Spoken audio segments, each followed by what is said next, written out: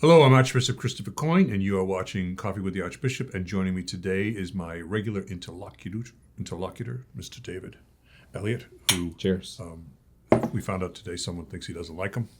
He's very distressed. I'm very distressed by this. Because I'm very sensitive to matters of perception. He says, no, I like that person. Why would they not think I don't like him? I know. Again, I wouldn't care if it was someone I actually didn't like. And there are some people like that. I mean, let's be honest. We're all human, you know? We all I have... like everybody. Okay. Starting now. Starting now. So, I mean, maybe you just need to be nice to him. But that's the thing. I feel like I'm very nice to him. So how could I be nicer? I don't know.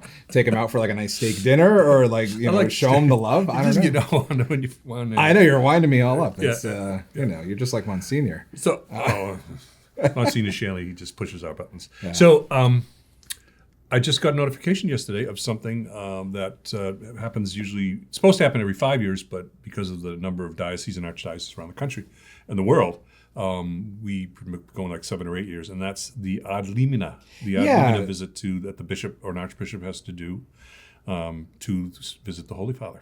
Yeah, could you tell our audience about this? I know this. I remember the last one that happened for Hartford, but I think this is something that maybe a lot of people in our audience don't know about or aren't familiar with. So walk us through this process. Yeah, so ad limina means to the threshold or to the door, and then you're invited into his office, and you come in, and Holy Father listens.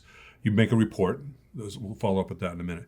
But prior to actually going over, each diocese or archdiocese or equivalency is required to produce a report along particular guidelines, financial, spiritual, membership, sacramentals, interaction with governments and things like that. So it can be pretty significant. It's a lot of work. Mm-hmm. They call them the quinquennial reports, but they're not every 5 years.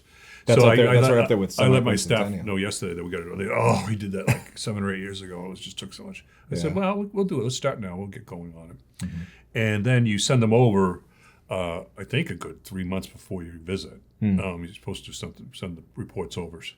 And then during the course of your visit over there, the bishops go to the various congregations. So, like, for example, one of the reports would be the number on religious communities within the Archdiocese of Hartford.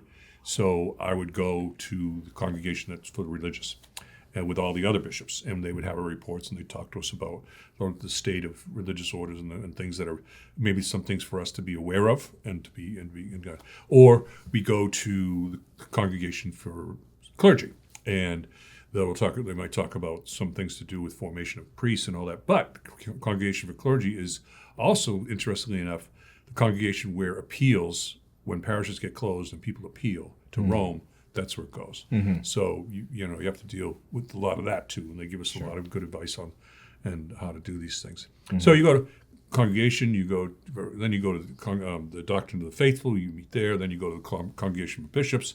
So there's all these each morning there might be 2 visits and then 1 in the afternoon. But during the course of the 5 days leading up to the actual visit to the Holy Father, they're taking us all over the place. And then what they also do is they take us to the 4 major basilicas. So we have Mass in St. Peter's downstairs, usually at the tomb. And then you have Mass at St. Paul's outside the walls, St. Mary Major, and St. John Lateran. It was an opportunity to be with the bishops. So we're Region 1, so we're all of New England. Sure. So there'd be 2 archbishops, Archbishop Henning and myself. Mm-hmm. When I was in Indianapolis as an auxiliary, I was also the administrator because Archbishop Beekline had gotten so sick, and so I was the administrator. But I went over on the Limina, and I was like the junior archbishop, but I was only like 52 years old. Was that intimidating? No, it's fun because they do it like by diocese and archdiocese. Mm-hmm. So I was always at the table. There would be Archbishop of Chicago, the Archbishop of Milwaukee, and then there'd be me. Okay. So there I am, 52 years old, and they defer to me and everything. Right. I'm a big shot. Yeah, it's nice. Yeah, it was. I like Archbishop George and Archbishop Listecki do all the talking. Sure. So it was good. But then, like I said, this will be my 3rd one. Yeah. And what they do now is, because of the numbers, though, we don't have an individual time with the Pope. You could ask for it afterwards, but usually he brings all the bishops in together. Mm-hmm. So there's one big assembly. Right, and he'll give us a talk, and then he'll say, do you have any questions? Mm-hmm. So, Do people usually ask questions? Yeah. The last 2 times I was there, I didn't. I just kind of sat there. And, I figured I didn't have anything pressing. Sure. So there was no need for me to ask him. Do some people ask questions just for the sake of asking questions, like in school? I wouldn't pass judgment on that. Okay. I mean, people who just like the sound of their own voice. Kinda, yeah. And they, it's like sometimes you get these leading questions. Holy Father, tell us about your spiritual journey, and you go, okay. That's just like, not that there's anything wrong with that. Well, surface level it's for like, that kind of it's meeting. like a little bit of a softball at him. It's like you get him started, just so you know. Yeah. And so and then you get pictures and all that other stuff. And so this will be your first time meeting Pope Leo, correct? Yes. Right. Okay. Because you had not met him personally before, had you? I met him when I received the pallium. Because they had a luncheon up at the North American College afterwards, and so my family that was there, and also Archbishop he's Archbishop out in the Midwest. I can't remember his name. Begins with the Z. His family there. Well, it was just a small gathering, but Archbishop came up and joined us. Cardinal joined us, and so we had Cardinal Harvey and him and he, and so later on when he got announced as Pope. One of my friends called me up. He said, no, actually, it was one of the student seminarians called up and said, do you know that that he was at your luncheon? And I said, oh, that's right. So then we started going through the pictures. I said, there he is. Oh, yeah, so that's funny. Cool. Yeah. So what do you anticipate from this upcoming visit that'll be taking place in under a year's time? Well, I have to be careful to not come across as bragging, Sure. Because we're really doing great. Sure. We're doing great things here in Hartford, and I don't want to say, our numbers are up in our churches, and we're doing great things, and we're opening schools, and people are coming back to church, and everything like that. And so how do you thread that needle? Without seeming to... He'll just say, how are things going? I'll say, going well. Well, thank God to the Holy Spirit, I don't want to be on anybody's radar. You know what I mean? Yeah. Oh, that guy looks like you should move him. No. Yeah, they're going to send you somewhere difficult if they see that you're... I hope not.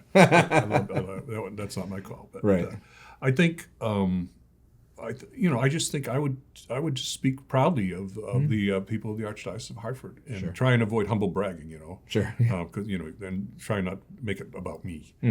I just think I just unlocked the potential that was there with all the priests and all the religious and all the students. Just encouraging people, and good things have happened. Sure, yeah. We're opening 2 schools for sure, and we're reopening 2 other schools. Opening the schools. I have some friends of mine who are moving back to Connecticut after being in New Jersey for 20 years, and they wanted to know what the faith life was like because they're devoted Catholics and they're active within their parish. And I told them, I said, well, you might not believe this, but we're actually opening schools and not closing them. And they found that to be so refreshing because I guess in the diocese they're in right now, it's not exactly as healthy as it is here. Well, and the thing is, they closed schools. Before I got here, a lot of schools were closed, and they did all that. And so now, though, there's a potential for reopening because the need is there. Sure. And I think you might see that perhaps in New Jersey and other places. After you get this consolidation, you get these changes, and then they realize, well, we used to have 3 schools in one city, small city. Now we have 1.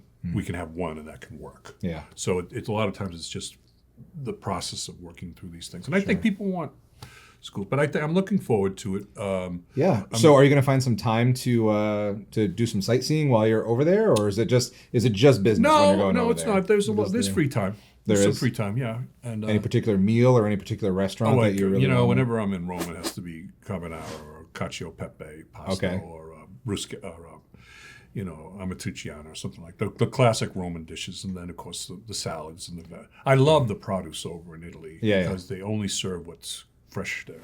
Even during the winter, you can get spinach, you get leafy greens that can survive winter, and all that. And is there a particular restaurant or just particular dishes that you like? Well, there are particular restaurants. Unfortunately, those particular restaurants have been shared by many priests, and they're now hard to get even near. Oh, see, you let the secret out, yeah. Yeah, I mean, but there's a couple. There's few. You avoid the ones that have the placards out front. Tourist meal for €8 with pasta. Those aren't. The food's not bad. Slop. Yeah. But also, if you're walking around during lunchtime, you don't have to sit down. You can go just this great street food. You can go to one of those pizza vendors. that's there, and just buy it by these big slices. You point at it, and they cut it, and you say how big, and they cut it, and then they put it in the oven, and then they put it in a wax paper, and they hand it to you, and they weigh it, and then they charge you by it. And you see people walking around or sitting at the fountain eating it. Very nice. So I like to do that too. So can we expect on your social media that there will be some updates when you're over there during this Ad Limina process? Sure. Some photos. Do I have to bring Father Gankars with me? Yes. All right. Well, we'll let him know. Yeah. Well, I'm looking forward to hopefully meeting the Holy Father. But we see. But it could change. We were told March 5th. It could change. Who knows? Sure.